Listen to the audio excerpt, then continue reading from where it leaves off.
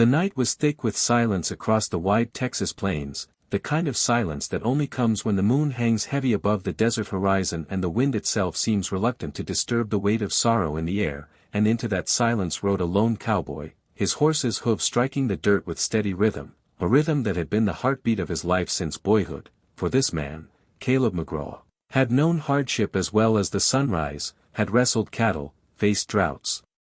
and buried his own kin when the prairie claimed them, and yet something in his chest told him tonight would not be about the cattle or the land but about a soul in peril, though he could not yet name it, not until he came upon the riverbank where the water shimmered silver beneath the moonlight, restless and alive, and there, in the current's pull, he saw what made his breath halt in his throat, for standing waist-deep in the freezing water, her dress heavy and torn, was a young woman, a bride. By the veil clinging damp across her hair, a bride whose trembling shoulders told of despair deeper than words, and she was stepping forward, further into the rushing current as though the weight she carried demanded release in the cold embrace of the river, and in that instant Caleb felt the whole earth hold its breath, as if heaven itself was waiting to see if this night would end in a tragedy or in salvation. And with a sudden kick of his boots he dismounted, dropped his hat to the mud, and shouted over the roar of the water, his voice hoarse with urgency, "Miss! Stop!" But the bride did not turn, did not answer, for her eyes were fixed on the dark waters as if they alone understood her pain, and so without hesitation he plunged forward, boots sinking in the mud, the river clutching at his legs like icy claws, until he reached her, until his calloused hand seized her arm just as she began to lose her footing, and she gasped as though waking from a dream, but she fought too, striking weakly at him with fists that held no strength, crying that she wanted to go, that she needed to end it, that there was nothing left. But Caleb, whose own life had been carved by loss, who had buried a wife of his own years ago to fever, tightened his grip, and with the unyielding strength of a man who refused to let darkness have the final word, he pulled her back, lifted her against the current's rage, and with his lips close to her ear, he growled words that would etch themselves into the marrow of her bones forever.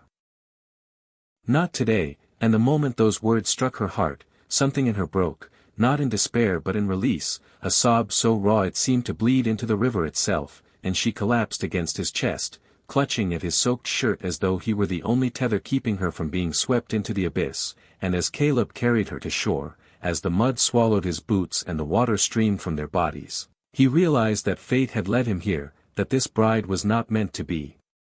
claimed by the river but to be pulled back to life by the hands of a cowboy who knew too well the taste of sorrow, and when he laid her gently on the bank, brushing the wet hair from her pale face, he finally saw her eyes, wide and shattered, eyes of a woman who had stood on the edge of forever, and he whispered again, softer this time, "Not today, darlin'.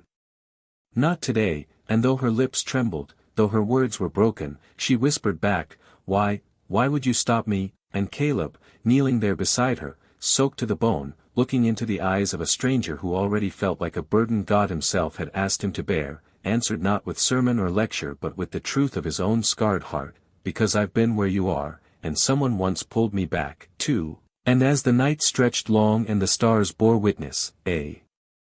story began, not of death in the river, but of two souls, one broken and one scarred, meeting at the crossroad of despair and choosing, if only for this night, to fight for life instead of surrender, and little did either know that this was not the end but the beginning of something larger than themselves, a tale of redemption, of healing, of love rising from the ashes, and as the bride wept into the arms of a cowboy stranger, the moon above seemed to burn brighter, as if the heavens were smiling at the choice made beneath its light.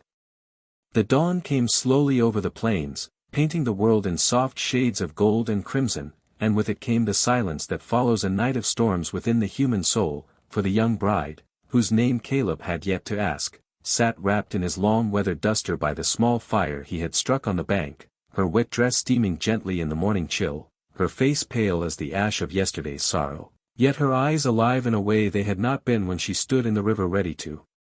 surrender, and Caleb, sitting a few feet away with his hat tilted low and his hands busy with the kettle, watched her with the quiet patience of a man who knew that words must be given time to find their way out of grief, not forced, for he understood silence was sometimes the truest prayer, but when her lips finally parted, her voice cracked and fragile, she said, "My name is Clara.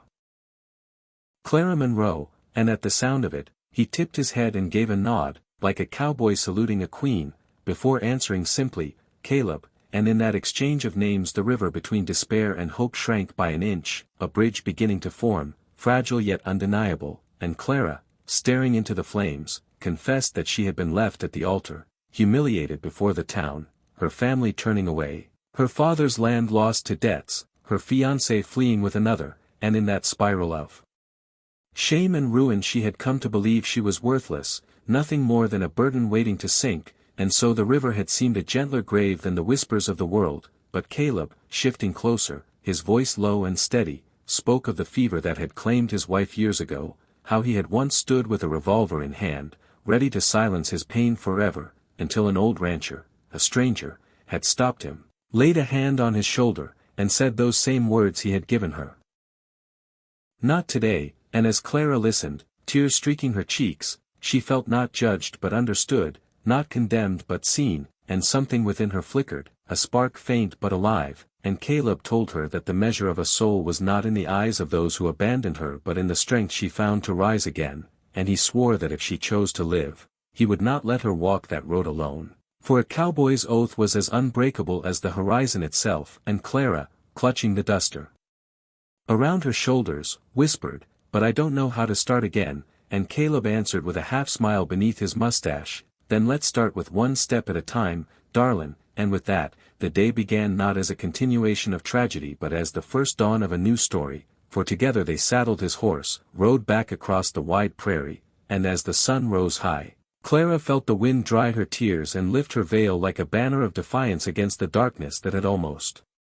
claimed her, and though the road ahead would be marked with trials, whispers, and scars, she now carried with her not the weight of despair but the strength of a cowboy's words, a promise that even in the loneliest river, hope could be pulled from the current, and in the weeks to come, as Caleb taught her the ways of ranch life, as she learned to rope cattle, mend fences, and laugh again beneath the wide Texas sky, the bond between them grew, not in haste but in the steady rhythm of two hearts